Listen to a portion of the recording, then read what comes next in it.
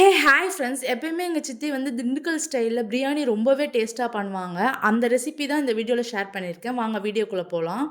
அதுக்கு வந்து இப்போ ஒரு 100 இல்ல 150 சின்ன வெங்காயத்த உரிச்சு பேஸ்ட் பண்ணி வச்சுக்கணும். அடுத்து ஒரு கட்டு புதினாவ நல்லா வந்து கிளீன் பண்ணி எடுத்ததுக்கப்புறம் அரைச்சு பேஸ்ட் ரெடி பண்ணி வச்சுக்கணும். அது அடுத்தது வந்து இஞ்சி பூண்டு பேஸ்ட்டு. இஞ்சி வந்து 100 கிராம், பூண்டு வந்து ஒரு 50 கிராம் 2த்தையும் சேர்ந்து தோல் சீவிட்டு மிக்ஸியில போட்டு அரைச்சு நல்லா பேஸ்ட் பண்ணி வச்சுக்கோங்க. இன்னைக்கு நாங்க எடுத்திருக்க சிக்கன் கேஜி பார்த்தீங்கன்னா, 1 கிலோவுக்கும் கொஞ்சம் அதிகமா, ரைஸ் வந்து 1 கேஜி. இப்போ அடுப்புல வந்து சட்டிய வச்சதுக்கப்புறம் ஒரு 200 எம்எல் வந்து ஆயில் சேர்த்துக்கோங்க. ஆயில் சூடானதுக்கப்புறம் ஜாதி பத்திரி, 4 ஏலக்காய், 3 பிரிஞ்சி இலை, அதுக்கப்புறம் கொஞ்சம் லவங்கம்.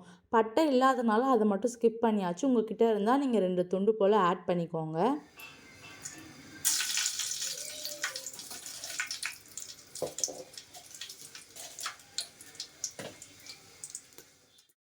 அடுத்து நம்ம அரைச்சு வச்சிருந்த புதினா பேஸ்ட்டை வந்து இது கூட ஆட் பண்ணிக்கோங்க. இதில் வெறும் புதினா மட்டும்தான் நம்ம வந்து அரைச்சி வச்சுருக்கோம். வேறு எதுவுமே ஆட் பண்ணலை. இதை எண்ணெயில் போட்டதுக்கப்புறம் நல்லா கிளறி விட்டு ஒரு 5 மினிட்ஸ் போல் மீடியம் ஃப்ளேமில் வச்சு நல்லாவே வந்து அதை வேக விடணும். நல்லா ஒரு ப்ரௌன் கலருக்கு வரணும்.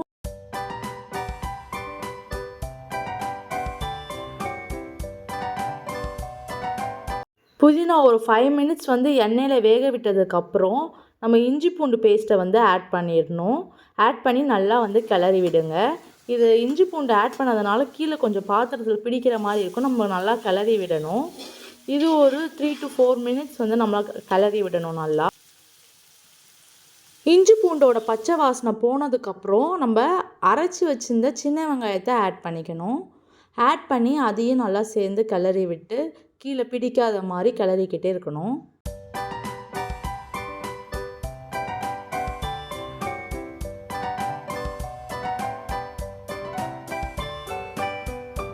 வெங்காயம் நல்லா வந்து வதங்கினதுக்கப்புறம் அந்த பச்சை வாசனைலாம் போனதுக்கப்புறம் நம்ம தக்காளி வந்து ஒரு 5 தக்காளியை வந்து கட் பண்ணி வச்சு அதை ஆட் பண்ணணும்.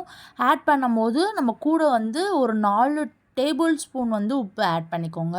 இது மொத்தமாகவே ஆட் பண்ணுறோம். அதுக்கப்புறம் வந்து நம்ம தண்ணி ஆட் பண்ணிவிட்டு டேஸ்ட் செக் பண்ணிவிட்டு வேணுன்றப்போ ஆட் பண்ணிக்கலாம். இந்த 4 டேபிள் ஸ்பூன் வந்து இந்த குவான்டிட்டிக்கு வந்து கரெக்டாக இருக்கும். தக்காளியை சேர்த்துட்டு நல்லா வதக்கி விடணும். அது நல்லா சுருண்டு வர வரைக்கும் அப்படியே நம்ம வந்து கிளறி விடணும். ஒரு 3லேருந்து 4 நிமிஷம் அப்படியே விட்டுட்டு கிளறுனா நம்மளுக்கு நல்லா சுருண்டு இந்த மாதிரி வந்துடும். இதில் வந்து 7லேருந்து 8 பச்சை மிளகாவை சேர்த்துக்கோங்க. பச்சை மிளகாவை சேர்த்து நல்லா வந்து கிளறி விடணும். கிளறி விட்டு தக்காளி ஏதாவது வந்து ரொம்ப பெருசாக இருந்தால் அப்படியே கரண்டி வச்சு மசிச்சு விட்டோன்னா நல்லா வந்துடும். நம்மளோட மசாலா வந்து நல்லா பேஸ்ட்டு மாதிரி இருக்கணும். அப்போ தான் வந்து பிரியாணி டேஸ்ட்டாக வரும். அது கூட வந்து நம்ம கழுவி வச்சுருந்த சிக்கன் வந்து ஆட் பண்ணிக்கலாம். சிக்கன் வந்து 1 கேஜிக்கும் கொஞ்சம் அதிகமாக வந்து எடுத்துருக்கிறது இன்றைக்கி. க்ளீன் பண்ணி கட் பண்ணி வச்சுருக்க ஒரு கை அளவுக்கு கொத்தமல்லியை வந்து இந்த சிக்கன் கூட சேர்த்து நல்லா வந்து கிளறி விடணும்.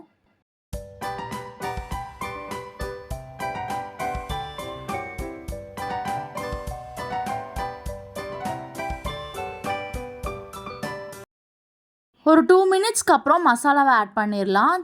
பிரியாணி மசாலா ஆச்சியில் 20 கிராம்ஸ் பேக்கெட் ஒன்று வரும். அந்த பேக்கெட் ஒன்று ஃபுல்லாக அப்படியே ஆட் பண்ணிவிட்டு 2 டேபிள் ஸ்பூன் அளவுக்கு மல்லித்தூள், 1 டேபிள் ஸ்பூன் அளவுக்கு காஷ்மீரி மிளகாத்தூள், அது 3த்தையும் ஆட் பண்ணிட்டோம் அப்படின்னா மசாலா அவ்வளோதான். இது 3த்தையும் சேர்த்து அப்படியே நல்லா கிளறி விடணும்.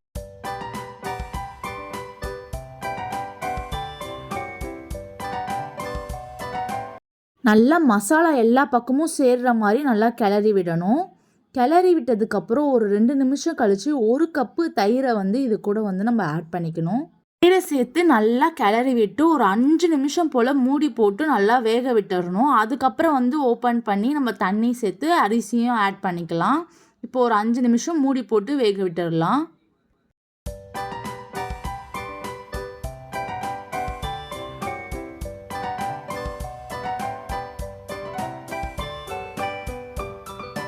அஞ்சு நிமிஷம் கழித்து ஓப்பன் பண்ணி அதில் தண்ணி ஆட் பண்ணணும். இப்போ 1 கிளாஸ் அரிசிக்கு 2 கிளாஸ் தண்ணி அந்த அளவில் தான் வந்து இப்போ சேர்க்குறோம். 2.5 கிளாஸ் ஆளாக்கில் அரிசி போட்டதுனால 5 ஆளாக்கு வந்து தண்ணி ஆட் பண்ணுறோம்.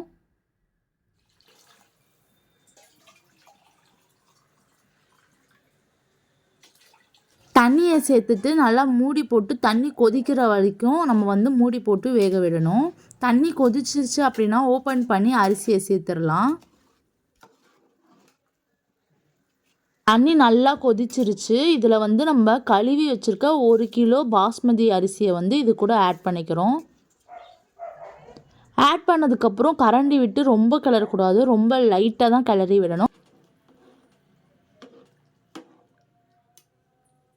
அரிசியை சேர்த்து மெதுவாக கிளறினதுக்கப்புறம் ஒரு எலுமிச்சை பழத்தை கட் பண்ணி சாறை மட்டும் புழிஞ்சு ஆட் பண்ணிக்கணும். ஒரு எலுமிச்சைப்பழம் மீடியம் சைஸ் எலுமிச்சைப்பழம் எடுத்துக்கோங்க. லெமன் ஜூஸ் வந்து பிரியாணியில் எல்லா சைடும் படுற மாதிரி கரண்டி வச்சு ரொம்ப லைட்டாக வந்து கிளறி விடணும். ஃபாஸ்ட்டாக கிளறணும் அப்படின்னா அரிசி வந்து உடையறதுக்கு வாய்ப்பு இருக்குது. அதனால் ரொம்ப மெதுவாக கிளறி விட்டு மூடி போட்டு நல்லா வேக வச்சிடணும். அரிசியும் தண்ணியும் இந்த மாதிரி ஒன்றா வந்ததுக்கப்புறம் நம்ம அடுப்பை வந்து ஸ்லோ ஸ்பீடில் வச்சுட்டு அது மேலே வெயிட் வச்சிடணும். இப்போ வந்து ஒரு குக்கரில் வந்து நல்லா தண்ணியை பிடிச்சி அது மேலே வைக்க போகிறோம். உங்கள்கிட்ட ஏதாவது வெயிட்டான பொருள் இருந்தால் அதை வச்சுக்கலாம். அப்படி இல்லைனா இது மாதிரி பாத்திரத்தில் தண்ணி பிடிச்சி நம்ம மேலே வச்சுக்கலாம். ஸ்லோ ஸ்பீடில் வச்சு ஒரு 5 மினிட்ஸ் வந்து விட்டுட்டு அடுப்பை ஆஃப் பண்ணிவிட்டு அதுக்கப்புறம் ஒரு 15 மினிட்ஸ் விட்டுட்டு அதுக்கப்புறம் ஓப்பன் பண்ணோம் அப்படின்னா கரெக்டாக இருக்கும். இதை வந்து இறக்கி வச்சுட்டு அகைன் நல்லா கிளறி விட்டுட்டு ஒரு மெதுவாக தான் கிளறணும். ஃபாஸ்ட்டாக கிளறினா அரிசி உடையும் சூடாக இருக்கிறதுனால. மெதுவாக கிளறி விட்டு கரெக்டாக செக் பண்ணிவிட்டு அதுக்கப்புறம் மூடி வச்சு ஒரு 10 மினிட்ஸ் கழித்து நம்ம சர்வ் பண்ணோம் அப்படின்னா ரொம்ப கரெக்டாக அப்படியே வந்து பொல பொலன்னு வந்துடும். நீங்களும் வீட்டில் ட்ரை பண்ணி பார்த்துட்டு கமெண்ட்ஸை ஷேர் பண்ணுங்கள். பாய்.